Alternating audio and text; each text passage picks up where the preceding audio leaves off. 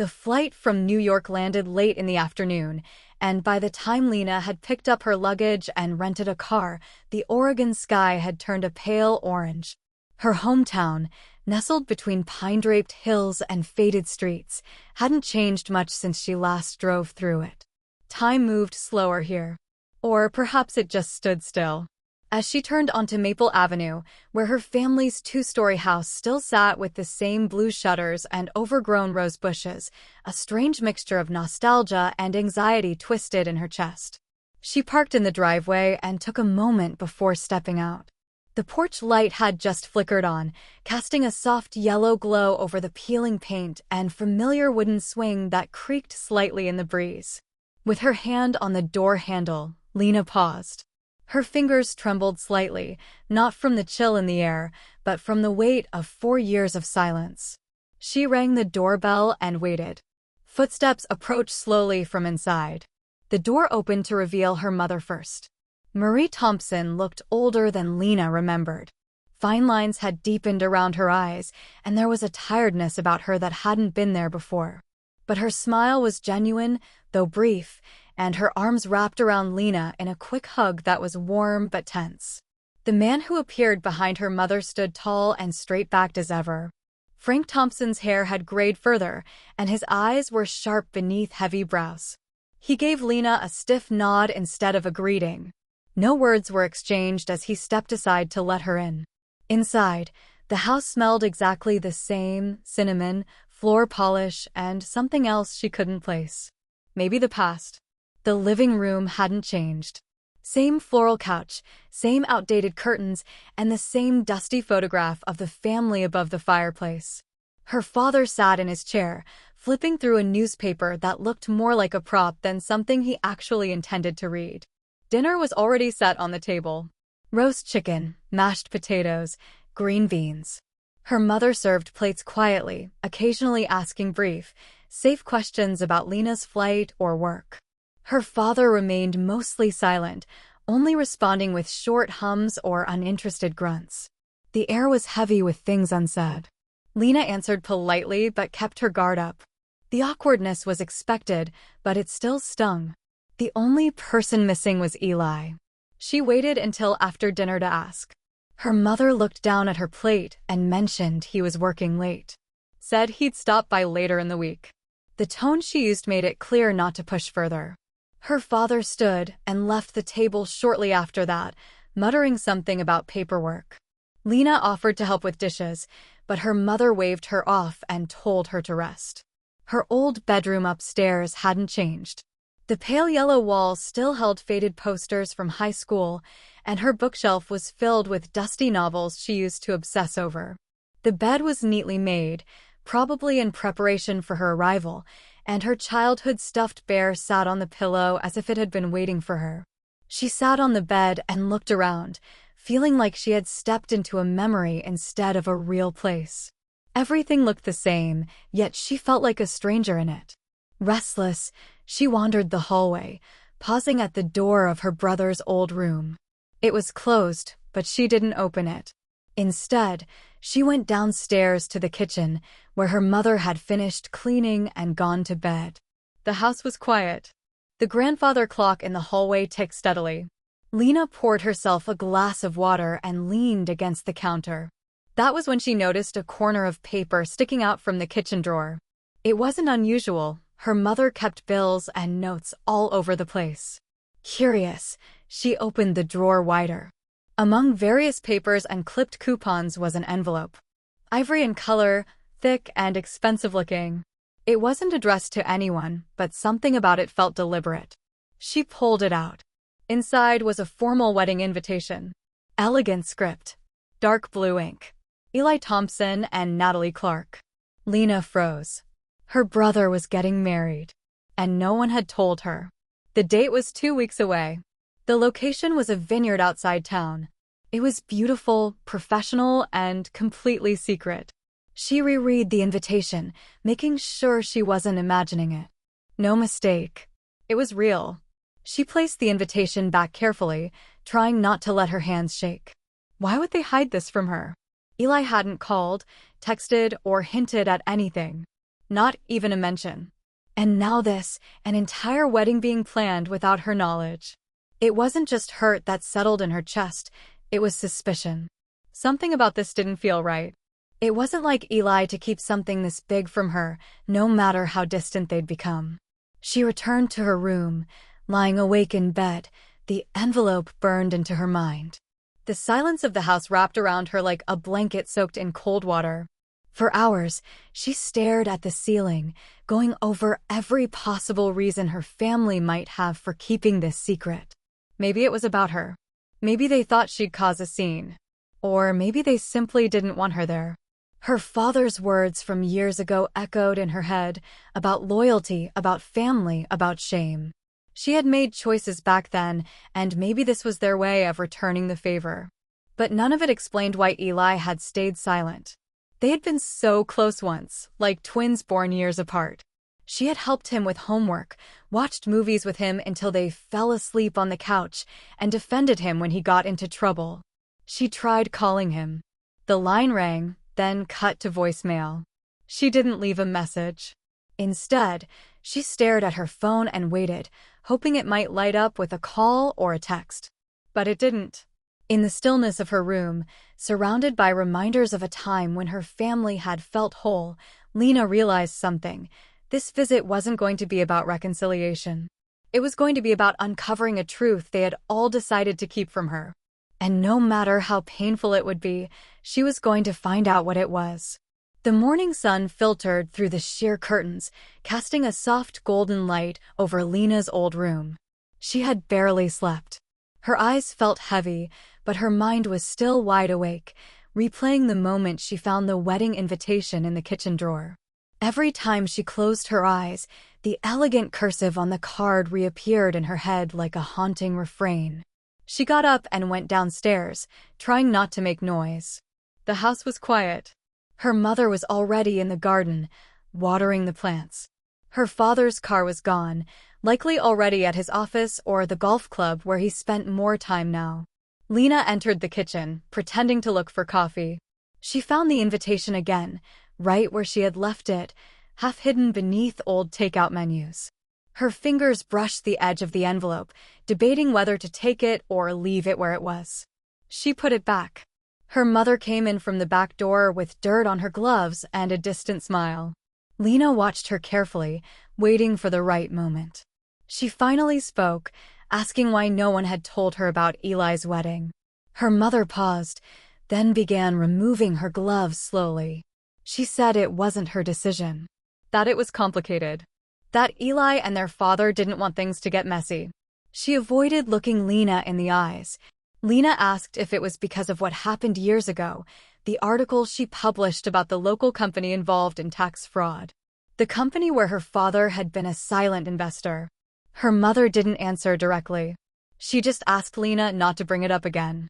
Said it was best for everyone if she didn't get involved. She pressed further. Asked how long they had known about the wedding. Her mother admitted it had been planned for months. The guest list was already finalized. Eli had wanted it small. Lena knew that wasn't true. Her family was traditional. A wedding was a big deal. There would be extended family, friends, old neighbors. The Thompsons didn't do small ceremonies. She asked if Natalie was the same Natalie she knew from college. Her mother nodded slowly. Said the two had reconnected last year. She said Natalie had been a good influence on Eli. That she had helped him find stability again. Lena's mouth felt dry. She remembered Natalie well. They had shared a dorm room for 2 years. Natalie had been charming, clever, and deeply ambitious. But she also had a way of taking things and making them hers, often without apology. She asked if Eli knew she was back in town. Her mother hesitated, then said no. That they hadn't told him. That it was better that way. Lena tried calling Eli again. Straight to voicemail. She sent a short message asking him to call. Then waited. Her father came home around noon. He walked in, removed his jacket, and barely glanced at her. He went straight to his study. Lena followed him and stood in the doorway. She asked him the same question. Why had they kept it from her? Her father looked up from a folder and gave her a firm, unmoved expression. He said Eli didn't want her there. That it was his choice, not theirs. He said Lena had made her choice when she embarrassed the family with her writing. That some bridges, once burned, could not be rebuilt. She tried to defend herself. Told him that the truth mattered, that she was doing her job. He dismissed it. Said integrity didn't feed families. Said she had always put her principles above her people. Lena asked if he had ever even read the article. He didn't answer. She left the room before her anger got the better of her. In the quiet of the afternoon, Lena walked down to the local cafe. It was a small place on the corner, still run by the same woman who used to serve them ice cream after school. The town hadn't changed, but everyone inside looked unfamiliar now. She sat at the far table and pulled out her phone. She scrolled through her contacts and stopped at Eli's name. She tapped again and sent another message, this time longer. She told him she knew about the wedding. That she had found the invitation. That she didn't understand why he hadn't told her. She stared at the message after sending it, hoping the typing dots would appear. But nothing came. The barista brought her coffee, and she sipped it slowly, trying to calm herself. On the way home, she passed the town library and saw a familiar face, Danny, her old friend from school. Danny was putting up flyers for a community event and turned when she heard Lena's voice. They hugged briefly, and Danny seemed genuinely happy to see her. She asked about life in New York, about work, and about why Lena was back. Lena hesitated before bringing up the wedding. She asked if Danny knew about it. Danny looked surprised, then guilty. She said she thought Lena had been invited. That she assumed, being Eli's sister, she would be at the front row. Lena asked about Natalie. Danny confirmed it was the same woman from college. She said Natalie had moved to town about a year ago and quickly became involved in Eli's life. That things had moved quickly. Almost too quickly. Lena's stomach twisted. Danny asked if she was going to the wedding. She said she hadn't been invited. That her father told her to stay away. Danny was silent for a moment, then said she hoped things could be worked out. That night, back at the house, Lena sat in her room with the invitation laid out in front of her. She read the date again. 2 weeks. A vineyard just outside town. She had no plan yet. But she knew one thing. She wasn't going to sit quietly and watch her family cut her out of something so important. Whether they wanted her there or not, she was going to that wedding. The next morning came with gray clouds and a chill that hadn't been in the air the day before. Lena sat by her window, watching the wind move through the tall trees that lined the street. Everything looked so peaceful from the outside, like the world hadn't shifted at all. But inside her chest, something still throbbed, a dull ache that came from being treated like she didn't belong. She opened her laptop and went through old files and emails, searching for something, though she wasn't sure what. Part of her thought maybe Eli had mentioned Natalie once, dropped her name in passing, but nothing came up. Just work updates, short holiday greetings, and old pictures of childhood trips. Most of the messages had stopped after the article went live. It had been 4 years since the fallout. She still remembered the heat of that afternoon in New York when her piece was published. A report that took months to build, exposing a financial cover-up involving a development project in their hometown. Her father's name wasn't in the article, but the connection was clear to anyone who looked closely enough. That night, her phone rang nonstop, calls from her parents, relatives, people she hadn't spoken to in years. Frank had said she embarrassed the family, that her decision had real consequences. The company he had invested in lost major clients, and some close friends stopped talking to them. Lena had told herself she did the right thing. She believed that truth mattered more than image. But when the silence from home stretched from weeks to months, then to years, a part of her began to wonder if the price had been too high. Eli had texted her the day after the article went live. The message was short. He said he didn't understand why she did it. That he wished she had warned them first. Then nothing. No calls. No replies. Now, the same brother who once built treehouses with her and sneaked into movies together was about to marry someone she had once called her friend, and he hadn't even told her. The memory of Natalie made her restless. Back in college, they had been close. Shared secrets, took road trips, laughed late into the night. But near the end of their second year, things shifted. Natalie started dating a guy Lena had been seeing casually, someone who had taken Lena out a few times before disappearing. She remembered the way Natalie brushed it off, claiming she had no idea. But it didn't feel like a mistake. It felt deliberate. They had stopped speaking after that. Natalie transferred to another university the next year. That was the end of it, or so Lena thought. She needed answers, but Eli wouldn't give them. Not by phone. Maybe not in person either. But there were other ways to understand what was happening. Later that afternoon, Lena drove into town again. She parked near the office building where Eli worked, Thompson Financial, a small firm he had started 3 years ago. It was quiet, with only a few cars in the lot. Through the glass entrance, she could see a receptionist at the desk and Eli sitting at a desk in the back, facing away from the door. She didn't go inside. Instead, she sat in her car and watched. Her brother looked composed, absorbed in whatever was on his screen.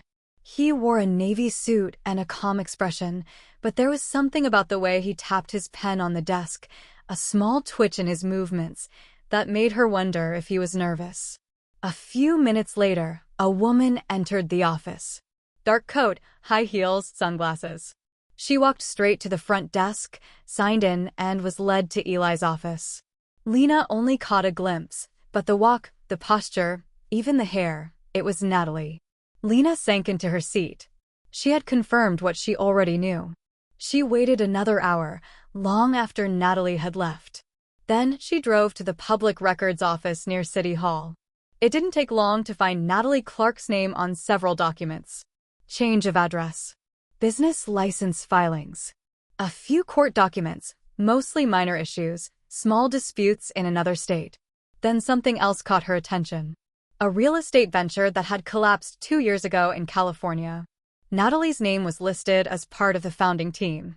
The company had gone under after an investigation into misused investor funds, but no charges had been filed. The press had never picked up the story. It had stayed small, quiet. Lena printed the documents and read them over coffee. Her hands trembled as she thought about what this could mean. Maybe it was coincidence. Maybe Natalie had moved on. But it was all too familiar. The fast attachment. The sudden engagement. And now her brother, the steady one, the reliable one, was at the center of it. That evening, she returned home just as her father was locking up his study. He barely glanced at her. Her mother was in the kitchen, humming quietly as she prepared tea. Lena went straight upstairs. She spread the papers across her bed, staring at every line, every signature. The more she read, the more convinced she became that something was wrong. She typed a message to Eli, including one of the file links and asking if he was aware of Natalie's past business problems. She hesitated before sending it, but eventually hit send. The message showed as delivered, but no reply came. Hours passed. The house grew dark and silent. Still nothing. Lena sat in bed, wondering what she was supposed to do next. Her instincts told her not to ignore it. Not to let it go. Eli might be hurt. The invitation still sat in the drawer downstairs. The date felt closer now. The vineyard, the guests, the vows, all of it playing out like a scene in a movie where she had no role. But she wasn't going to let it end that way. She couldn't. Not after what she had found. Not when her brother might be walking into something he didn't fully understand. Lena woke before the sun rose, the cold morning air leaking through the thin windows. She wrapped herself in a blanket and sat on the floor near the heating vent, letting the warm air brush against her face. The silence in the house was thick, broken only by the occasional creak of wood settling under the weight of memory. She had spent half the night going over everything, Natalie's name on old records, the sudden engagement, the quiet way her family had chosen to leave her out. The more she thought about it, the more it felt deliberate. Not just Eli's silence, but her father's refusal to discuss anything, her mother's soft avoidance of every direct question. She needed to speak to someone who wasn't part of the silence. Someone who might give her a clearer view of the picture. Her mind drifted to Jennifer, her old college roommate who still followed Natalie on social media. But they hadn't spoken in years. Instead, she thought of Danny again. After breakfast, Lena walked into town. The cafe where she'd seen Danny last was still quiet. A few older men played cards in the corner, and a woman behind the counter swept the floor. Danny wasn't there. She tried calling but got no answer. Instead of waiting, Lena wandered the streets, ending up near the community center where Danny volunteered. The place was hosting a morning yoga class, and as the group finished up, she spotted Danny putting away some mats. Danny looked surprised to see her again but smiled and came over. They sat on a bench near the parking lot, the wind picking up a little. Lena asked if she could talk about something more personal. Danny nodded, growing serious. Lena asked what she really thought about Natalie, whether she seemed trustworthy. Danny hesitated, then admitted there were some things that felt off. She explained that Natalie had shown up suddenly, started working at a local interior design firm, and within a few months was already dating Eli. By the time anyone knew they were together, they were already engaged. Danny lowered her voice and said Natalie rarely talked about her past. She had told people she moved to Oregon for a fresh start, but whenever someone asked about her old job, the answers were vague. Lena listened closely. She asked if anyone else in town felt suspicious. Danny said there had been whispers, but Natalie had a way of disarming people. She was friendly, generous with compliments, always knew what to say. Lena brought up the real estate case. Danny was startled. She hadn't heard about it. When Lena explained what she had found, Danny's expression shifted to concern. They sat in silence for a moment, both looking out at the parking lot where the wind tossed fallen leaves. Danny finally asked if Lena planned to confront Eli. Lena said she tried, that he wasn't answering her messages or calls. Danny offered to help, said she could ask around, maybe get some of Natalie's coworkers to talk. Thanking her, Lena stood up. She felt a little lighter. Not because the situation had improved, but because she wasn't alone in it anymore. Later that afternoon, she drove out to the vineyard where the wedding would take place. It was about 40 minutes from town, hidden among rolling hills and narrow roads. The sign at the entrance read Ashwood Grove, with a long gravel drive leading past rows of grapevines and a large wooden event hall. She parked outside and walked along the edge of the vineyard, pretending to take photos of the scenery. The main building was beautiful, all wood and glass, with wide doors and a terrace that overlooked the valley. There were workers setting up tables inside, and floral arrangements were already being delivered. Lena spotted a clipboard left on a bench and walked by slowly, glancing at the pages. It listed the full wedding schedule: rehearsal dinner, guest check-in, ceremony time, and reception. There was also a guest list, about 100 names. Hers was not among them. The names of extended family were there. Old neighbors. A few people she hadn't seen since childhood. But her name was absent. Not a mistake. A choice. She took a photo of the list with her phone and stepped away before anyone noticed. That evening, back in her room, she studied the list. She recognized a name near the bottom, Raymond Keller. The name struck her. She had heard it before, but not in any good context. After some digging, she realized he had been connected to the same real estate mess Natalie had been part of. A silent partner. Someone who backed out before the collapse but not before profiting. His name being on the guest list meant something. Maybe Natalie was keeping ties with her old life. Or maybe she wasn't planning to leave it behind at all. Lena went through her messages again. Still no reply from Eli. She typed out another one, shorter this time. She said she knew who Natalie really was. That she had proof. That she wasn't going to let him walk into a trap. She didn't hit send. Not yet. Instead, she called Jennifer, her college friend. The line rang a few times before connecting. They made awkward small talk, then Lena asked directly if Jennifer had seen Natalie lately. Jennifer said they messaged sometimes. That Natalie had reached out about old memories, funny stories from school. Jennifer hadn't thought much of it, but now that Lena mentioned it, something felt odd. Jennifer said Natalie never mentioned Eli, only that she was engaged. She asked if Lena knew the guy. Lena didn't answer. Instead, she asked if Jennifer had a photo of Natalie's ring. Jennifer checked her messages and found one. She sent it over. When the image came through, Lena stared at the screen. The ring looked familiar. Not because of its shape or design, but because of a tiny detail, a delicate band with 2 intertwined leaves. She had seen that exact ring before. In an email Eli once sent her 3 years ago, asking for advice on rings for a girl he had been seeing. The ring had been part of a list he'd created, saved links, preferences, styles. That exact design had been his favorite. At the time, he had said it was too expensive. That he wasn't ready. Now Natalie was wearing it. Lena sat back in her chair. Her mind was spinning. If it was the same ring, that meant Eli had bought it years ago. Possibly for someone else. Or maybe he had held on to it until now. Or worse, maybe Natalie had known all along. The pieces were falling into place, but the full picture still felt far away.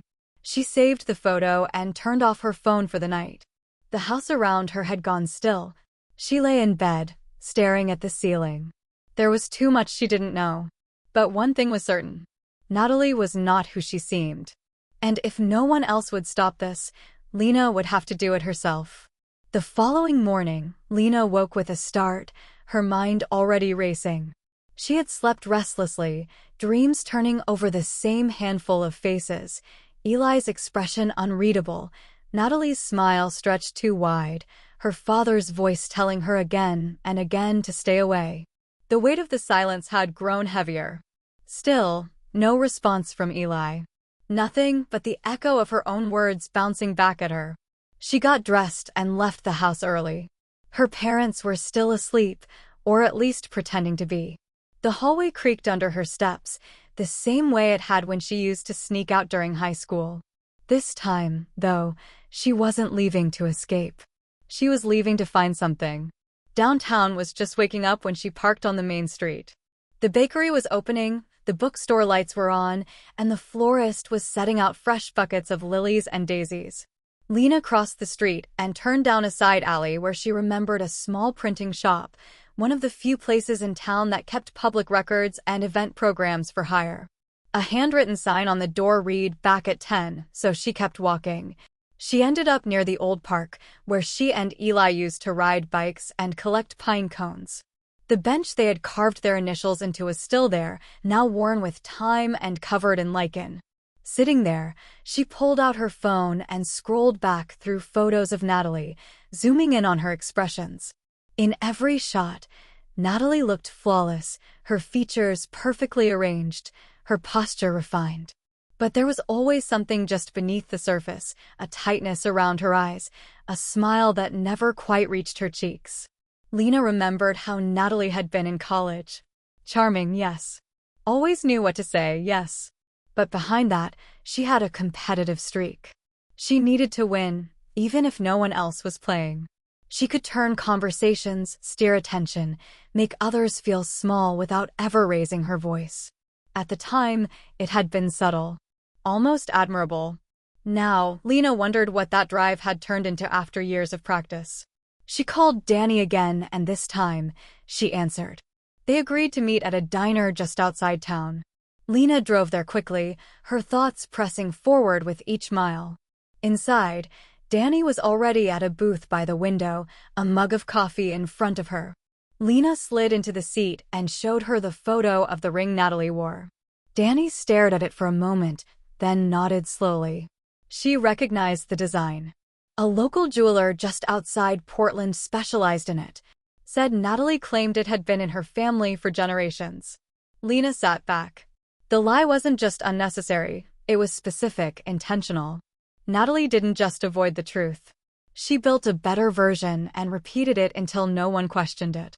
Danny leaned in and mentioned something she'd heard through a mutual acquaintance. That Natalie had been seen meeting with someone at a hotel 2 towns over, several times over the last few months. A man, not Eli. Business meetings, apparently. But late at night and always in cash. Lena asked if she had a name. Danny didn't know. Just that he drove a silver car with out-of-state plates. That he always wore a suit. The same man Lena had seen on the wedding guest list. Raymond Keller. Back in her car, Lena opened her laptop and dug deeper. Keller's name brought up limited information, but what she found matched what she suspected. He had been involved in at least 3 shell companies across different states. All of them dissolved quietly after financial discrepancies were discovered. In 2 cases, the partner listed under his name had changed their names shortly after. One of them was a woman. The timeline lined up. So did the location. Natalie hadn't just been connected to shady businesses. She had been part of building them. Lena sat back in the car, her mind pulling pieces together. Natalie and Keller had worked together before. She'd changed her name once. She could have done it again. And now she was marrying into a family with strong local ties, a known surname, and a business with growing influence in the region. The wedding wasn't just about love. It was an entry point. Lena drove back into town, thoughts tangled. She still had no proof Eli knew any of this. He might be in love. Or he might be in denial. Maybe he believed everything Natalie told him because he wanted to. Because he needed to. He had always wanted stability, something he could hold on to when everything else felt uncertain. She remembered the night their parents fought after the company scandal. Eli had sat with her on the back porch, staring at the stars, trying to stay calm while their father paced inside. He had said he just wanted things to go back to normal. Not better. Just quiet. If Natalie offered him that illusion, he would take it. She returned home just after noon. Her mother was folding laundry in the living room. The television was on but muted. Her father was nowhere to be seen. Lena went straight to her room, printed out everything she had found, and placed the stack in a folder. She stared at the invitation again. 2 weeks was too long to wait. She needed to see Eli face to face. To ask him directly. To find out what he knew and whether any part of him doubted the woman he was about to marry. She sent a message asking to meet him. No drama, no arguments.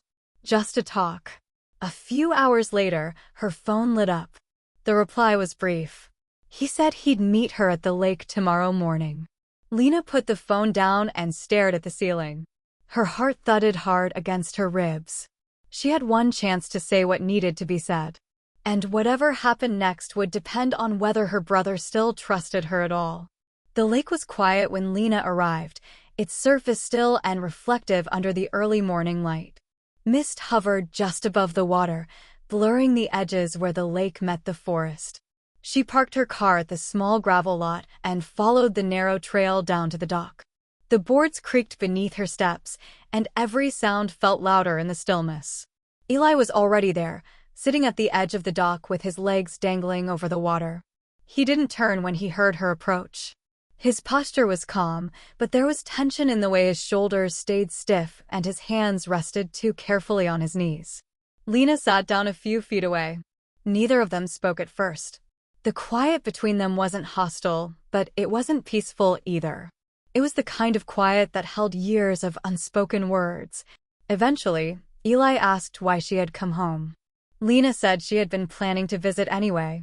That wasn't entirely true, and they both knew it. He looked out across the lake. She asked him if he had seen her messages. He nodded, said he didn't know how to respond, said he didn't want to start a fight. Lena told him she wasn't trying to fight. She just wanted the truth. Wanted to understand why he didn't tell her about the wedding, why he had cut her out of it completely. He paused, then said it wasn't just his decision. That their father had warned him it would stir things up. That she might cause a scene. That after everything with the article, it was better to keep things simple. She asked if he believed that. If he truly thought she would show up just to ruin things. He hesitated before answering. Said he didn't know what to think. That when the article came out, everything fell apart for a while. Their father stopped trusting people. Business slowed down. He said he didn't blame her for writing it, but he couldn't forget what came after. Lena reminded him that she had reached out. That she had tried to explain. That he had stopped answering.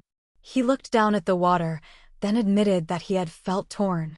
that it was easier to stay quiet than to choose between her and the rest of the family. Lena asked about Natalie, asked how they met, how it all started. Eli said she came into his office one day with ideas for redesigning the building's lobby. She had just started working at a design firm nearby. They talked, shared coffee, kept bumping into each other. It moved fast. He said Natalie had been kind, patient, interested in his work. Said she understood him in a way most people didn't. That she listened when he needed to vent, and that she made things feel stable. Lena asked if he knew about Natalie's past. The businesses, the lawsuits, the man from the guest list. His expression shifted. She handed him the folder she had brought, full of printed records and articles. He didn't open it right away, just stared at the cover. She told him about the jewelry ring, the one he had once sent her in an email. She asked if he remembered that message. He did. Said he had saved the link for someone else years ago. She pointed out that Natalie now wore that exact ring. He didn't respond. Lena spoke softly, telling him she wasn't trying to ruin his happiness. That she only wanted him to see the full picture. That she had seen people get pulled into lives that weren't real, not because they were foolish, but because they wanted something so badly that they ignored the cracks. He finally opened the folder and began flipping through the pages. His eyes scanned the document slowly, his brow tightening. After several minutes, he closed the folder and sat in silence. He said he didn't know any of it. That Natalie had told him her previous job ended after a disagreement with her business partner. That she never mentioned any lawsuits or failed companies. He asked if Lena was sure. She nodded. He said he needed time. That everything was moving too fast. That he thought he had found someone who made things easier, but now he wasn't sure what was real. Lena didn't push. She told him she just wanted him to think about it. To be careful. They sat for a while longer, watching the sun rise fully over the trees, the mist beginning to lift from the water. Before they parted, Eli said he appreciated her honesty. That he didn't know what would happen next, but he was glad she came. Lena drove back to town with a strange mix of hope and dread. She had done what she could, handed him the truth, and left the rest in his hands. Back at the house, her mother was waiting in the kitchen, sipping tea. She asked how the meeting went. Lena didn't give details. Just said they talked. Her father came in later, carrying a stack of papers, and barely looked at her. The distance between them was still wide. She had stopped expecting him to reach across it. The day passed slowly. She tried to distract herself with reading, music, a walk through the neighborhood. But her thoughts kept circling back to Eli. She didn't know what he would do. Whether he would call off the wedding, ask questions, or convince himself it was all a mistake. But she knew one thing. The silence was broken. Whatever happened next, it would be out in the open. The next morning, Lena stayed in bed longer than usual, her limbs heavy from exhaustion she hadn't noticed the night before. Her conversation with Eli lingered in her mind, each word replaying like a scene she couldn't turn off. She had done her part. Told him the truth. Shown him everything she had found. But now all she could do was wait. The house was unusually quiet when she finally went downstairs. Her mother wasn't in the kitchen, and her father's car was gone. The stillness felt sharper somehow, like the house itself was holding its breath. Lena poured herself a cup of coffee and stepped out into the backyard.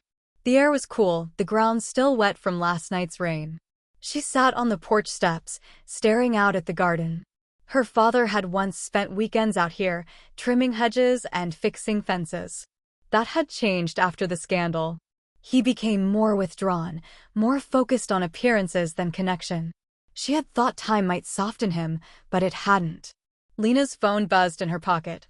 It was a message from Eli. He wanted to meet again, but this time not at the lake. He asked her to come by his apartment in the evening. Said he had something to show her. The hours until then moved slowly. Lena went for a drive outside town, stopping at a roadside diner to eat. She flipped through her notes again, checking details, rereading records. She wasn't sure what Eli planned to say, but she wanted to be ready. By the time evening rolled around, the sun had dipped low behind the trees, and the town was painted in fading gold. She parked outside Eli's apartment complex, a modest brick building on the edge of town, and climbed the stairs to the second floor. Eli opened the door before she knocked. He looked tired but alert, his expression less guarded than before. He stepped aside to let her in. The apartment was clean, sparsely decorated, with framed photos on the walls. One of their parents' wedding day, one of Lena and Eli as kids at the lake, another of their dog from childhood. On the coffee table was a thick envelope filled with papers. Eli gestured toward it, said he had gone through some of Natalie's things after their talk. That he had questions now. He said she had been out of town for 2 days, visiting her cousin, or so she claimed. He had used the time to check files, emails, and receipts. He found messages between her and someone named Ray, with details that lined up with the man Lena had mentioned. He had also found financial records. Bank statements showing large cash withdrawals, unaccounted for expenses, and recent investments into a property development outside the state. None of it had ever been discussed between them. Lena read through the papers, her stomach sinking with each new piece of information. Natalie hadn't just lied. She had planned everything. The relationship, the engagement, even the connection to the vineyard. It wasn't just a wedding, it was a transaction. Eli sat across from her, silent. She could see the disbelief in his eyes. The anger hadn't come yet. Just the slow unraveling of trust. He asked what she thought he should do. Lena didn't answer immediately. She told him it had to be his decision. That she had already said everything she needed to say. He said he wasn't sure he could end it now. Not because he still believed in the relationship, but because everything was already in motion. Guests were invited. Plans had been made. Their parents were involved. It felt like stepping out in the middle of a performance, leaving the stage before the curtain fell. Lena reminded him that a wedding wasn't a performance. That if he went through with it knowing the truth, he'd be signing up for a life built on lies. He looked down at his hands. Said he just wanted to be happy. She told him happiness didn't come from pretending. That it came from facing the truth and deciding what mattered most. They sat in silence after that, the room filled with shadows as the sun vanished completely. Before she left, Eli asked her for one more favor. He said he wasn't ready to confront Natalie just yet. But he wanted her to come to the rehearsal dinner, quietly. Not as a guest, but as an observer. He wanted to see her there, someone he trusted, someone who could help him see things clearly. Lena hesitated, then agreed. She asked if their parents would be there. He said yes, both of them. Back at the house, Lena didn't say anything about the meeting. Her mother was folding towels, humming softly, as if nothing in the world had shifted. Her father sat in his chair with the evening news on, eyes fixed on the screen. She went upstairs and stared at her reflection in the bathroom mirror. Her face looked pale, her eyes darker than usual. She wasn't sure what kind of woman her family saw now. The daughter who had walked away? The sister who returned too late? The outsider with a folder of secrets? She changed into fresh clothes and packed a small bag. If something went wrong at the rehearsal, she wanted to be prepared. That night, as she lay in bed, she thought about the vineyard again. The quiet beauty of the place, the arch of flowers where vows would be exchanged, the white chairs lined up in rows. In 2 days, her brother might marry a woman who had carefully constructed her way into his life. Or he might walk away and start over. Either way, Lena would be there. Not just to witness it, but to make sure he wouldn't have to face it alone. The day of the rehearsal dinner arrived with a dry breeze rolling through the hills. Lena left the house early without telling her parents where she was going. She wore a simple dress and kept her hair tied back, hoping to blend in with the crowd. Her heart pounded quietly beneath her ribs as she drove toward the vineyard, the winding road opening up to fields of sunlit grapevines and wildflowers swaying at their edges. Ashwood Grove looked even more polished than the last time she had visited. Rows of parked cars filled the gravel lot, and staff moved briskly between the main building and the terrace. Floral arrangements lined the garden paths, and strings of white lights had been hung overhead, waiting for dusk to fall. Everything was arranged with a kind of practiced charm, like a photo shoot waiting for the right moment. Lena parked near the back and walked slowly toward the event hall. A few guests lingered near the entrance, sipping from tall glasses and chatting in relaxed tones. No one paid much attention to her. She was just another face in the crowd. She spotted Eli near the bar, speaking with one of the caterers. He wore a white shirt and navy blazer, his expression calm but not at ease. He caught her eye for only a moment, then gave a small nod. She didn't approach him. That had been the plan. She would observe, not interfere. Lena took a seat on the far side of the terrace where she had a clear view of the archway and tables. Her eyes moved across the crowd, picking out familiar faces, neighbors from the old block, family friends she hadn't seen in years, and relatives who hadn't spoken her name since the day of the article. She saw her parents next. Her father stood with a glass in hand, his posture straight, his tone light as he spoke with a group of older guests. Her mother lingered beside him, occasionally glancing toward the entrance. Neither of them had noticed Lena yet. The sound of laughter rose near the front steps, followed by the appearance of Natalie. She descended the stone path in a pale blue dress, her hair pinned perfectly, her smile wide and welcoming. She moved from group to group effortlessly, offering compliments, holding hands, touching shoulders. Lena watched her carefully. Every move seemed rehearsed. Natalie greeted Eli with a kiss on the cheek and wrapped her arms around him for a brief moment. Eli smiled, but it didn't reach his eyes. There was a flicker of distance between them, brief but real. Natalie didn't seem to notice. As the evening moved forward, guests were called into the event hall for the rehearsal dinner. Long wooden tables were arranged under the open beam ceiling, candles flickering along the center. Soft music played in the background. Lena stood near the back wall, pretending to look at the venue's artwork as servers moved past her with trays of food. She kept her focus on Natalie. Once seated, Natalie appeared at ease, laughing with guests, clinking glasses, answering questions about wedding details. But something about her rhythm was too perfect, too smooth. Like a presentation that had been practiced dozens of times. Midway through dinner, a man entered the hall. Late 40s, gray suit, confident steps. He moved through the crowd without hesitation and took a seat beside Natalie. Lena recognized him immediately. Raymond Keller. She studied their interaction. Natalie leaned in slightly when she spoke to him, her voice low. Eli didn't seem to notice. He was engaged in conversation with someone across the table. But when Raymond whispered something in Natalie's ear, she touched his arm gently in return. It was subtle, but intimate. Familiar. Lena stepped out of the hall and circled around the building, needing air. She stood near a row of hedges, the sound of laughter and clinking glasses still audible behind her. She didn't want to jump to conclusions, but the signs were piling up. The night deepened, and eventually guests began trickling out of the hall toward their cars. Eli stepped outside, greeting relatives and walking them out with quiet politeness. Lena waited until most had gone before approaching him. They spoke briefly near the edge of the garden. Eli asked if she saw what he saw. Lena nodded. He said he wasn't ready to confront her, not yet, but he was close. Closer than before. He asked if she would come to the wedding, but not as a guest. He wanted her nearby, just in case things unraveled. Lena agreed. She said she would be there, out of sight, but watching. She left the vineyard with the taste of ash in her mouth, unsure of what tomorrow would bring. The wedding would go on as planned.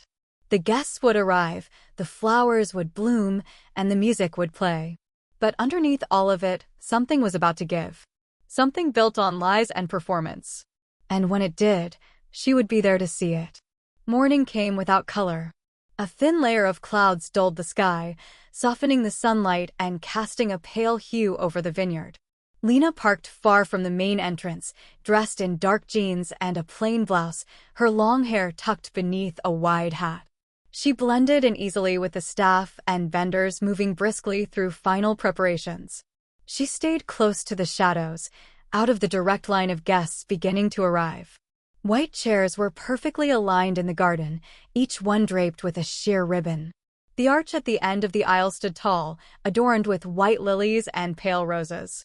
Everything looked pristine, unshakable. From behind a row of trimmed hedges, Lena watched as the guests took their seats. Familiar faces, quiet conversations, occasional laughter. Her parents sat in the front row. Her father looked proud, expression firm, while her mother's hands fidgeted slightly in her lap. Soft music began to play. The air shifted, filled with anticipation. Eli walked down the aisle beside the officiant, his suit pressed, his hair neatly combed. But his face betrayed the weight he carried. He wasn't smiling. Not like a man about to start a new life. Then Natalie appeared. She walked slowly, arm hooked around Raymond Keller's. Her dress shimmered faintly in the light, elegant and simple. Her veil flowed behind her like a whisper. Guests rose to their feet. Lena stayed low, crouched behind the large flower arrangement at the back of the ceremony space. From her spot, she could see everything. Natalie approached the front of the aisle and took her place beside Eli. The officiant welcomed everyone, spoke about love, partnership, the beauty of shared futures. Words floated through the air like petals. Eli stood motionless. Natalie's expression remained fixed, her eyes soft and polished. Then came the familiar line. The one that opened a door. If anyone here has reason why these two should not be joined in marriage, speak now or forever hold your peace. The silence was immediate. Heavy. A quietness that settled over the crowd like a held breath. Lena stepped out. Her footsteps were firm, steady. She removed her hat slowly and walked down the center aisle. Heads turned. Whispers rippled through the rows. She reached the front, eyes fixed on Eli. He didn't flinch. She said she objected. The officiant's face shifted in confusion. A few guests gasped. Her father stood halfway, a hand raised as if to stop her. But Lena kept her eyes on her brother. She said Natalie wasn't who she claimed to be. That there were things Eli needed to hear before any vows were spoken. Natalie turned to her, her face tight but composed. She asked what Lena thought she was doing. Lena answered calmly. She began listing details. The previous companies. The lawsuits. The real estate collapse. The man standing beside Natalie just moments ago, Raymond Keller, and his connection to those failed ventures. Gasps came from a few rows. Eli turned to look at Natalie. For the first time, doubt cracked through his expression. Natalie said Lena was bitter, jealous, obsessed. She claimed none of it mattered, that Eli already knew everything. Lena opened the small folder she carried and handed it to Eli. He flipped through the pages. A bank statement. An email. A photo. He froze. The officiant stepped back. The crowd was still. Eli looked at Natalie. His voice was low but firm. He asked her if it was true. Natalie hesitated for too long, then said it wasn't what it looked like. That she had reasons. He asked again. She turned away. Eli removed the ring from his pocket and stepped back. Guests shifted in their seats. A murmur spread like wind through tall grass. He turned to the officiant and said he couldn't go through with it. Natalie's face went pale. She turned to the guests, then back to Eli, her voice shaking now. She said they could talk later. Said this wasn't the time. Eli didn't move. Natalie stood still, her hands trembling. Then she turned and walked down the aisle, veil dragging behind her. Raymond Keller followed moments later. Lena stood beside her brother, heart pounding. The guests began rising from their seats, speaking in hushed tones, some unsure whether to stay or leave. Her father approached, face tense. He didn't speak. Her mother followed behind him, eyes wide and wet with confusion. Eli thanked Lena quietly, then turned and walked away from the arch, leaving the crowd behind. Lena followed, neither of them saying much as they stepped away from the ceremony and into the quiet edge of the vineyard. The wedding had ended before it began. Not because of a fight. Not because of shouting. But because the truth had finally stepped into the light. The vineyard was nearly empty by the time Lena returned to the ceremony site. White chairs stood askew now, some left half-turned, others with jackets or napkins draped over the backs. A few workers were already dismantling the arch, the petals falling with each motion, quiet and scattered. The air carried the faint scent of roses and something more bitter, what was supposed to be celebration now hanging in the air like the smoke of a burnout fire. Lena stood for a moment beside the aisle, hands tucked into her coat pockets. Her breath fogged in the cool afternoon air. Behind her, the hum of a vacuum started up inside the hall. Someone was sweeping away pieces of a day that had never truly arrived. She turned when she heard footsteps. Eli was walking toward her, a paper cup in hand, his tie gone, his jacket slung over one shoulder. He looked tired, but calm. There was something lighter in the way he moved, as if something heavy had been quietly removed from him. They sat together on the edge of the stone steps. Neither spoke at first. The wind moved through the nearby vines, rustling the leaves. Lena asked if he was okay. He nodded, said it didn't feel real yet, like it had all been a dream he had just woken from. Not a nightmare, exactly, just something false. He said he hadn't known how close he had come to stepping into a life that didn't belong to him. That part of him had seen the signs, but chose to ignore them. The stability, the compliments, the sense of order Natalie brought, it had felt like safety. But it wasn't built on anything true. Lena told him she was proud of him for walking away. That not everyone had the strength to stop a train that had already started moving. Especially when everyone around you expected it to reach the station. He looked at her, eyes steady. Said he should have told her about the wedding. Should have let her in, years ago. She told him she understood. That fear did strange things to people. That families had sharp edges, and sometimes it took time to learn where they cut deepest. He said he wasn't sure what would happen next. He'd have to talk to their parents, face their questions, their disappointment. But for the first time in a long while, he felt ready. Lena smiled. Said she'd be there if he needed her. No matter what came after. Later that evening, they returned to the family house. The driveway was full of silence. Lena's father was in the den, seated at his usual chair, the television on but muted. Their mother stood in the kitchen, wiping an already clean counter, her movements slow. Eli stepped in first. He didn't wait to be asked. He told them what had happened. That he had called off the wedding. That there were things about Natalie he hadn't seen, and now that he had, he couldn't pretend otherwise. Their father didn't speak for a long time. Then finally asked if it had been Lena who uncovered it. Eli nodded. Frank looked at his daughter, his expression unreadable. Then turned back to the screen. The conversation ended without a conclusion. Their mother said softly that she was just glad no one had gotten hurt. That it could have been worse. Lena wondered if that was true. Eli went upstairs. Lena stayed behind, pouring herself a glass of water, standing in the kitchen while her mother leaned against the wall. Marie asked if Lena planned to stay in town. Lena said she hadn't decided yet. That she needed to get back to the city, but she didn't want to disappear again. Marie nodded. She looked older than she had yesterday. Before going to bed, Lena stepped out onto the porch. The stars were beginning to appear. The wind had settled.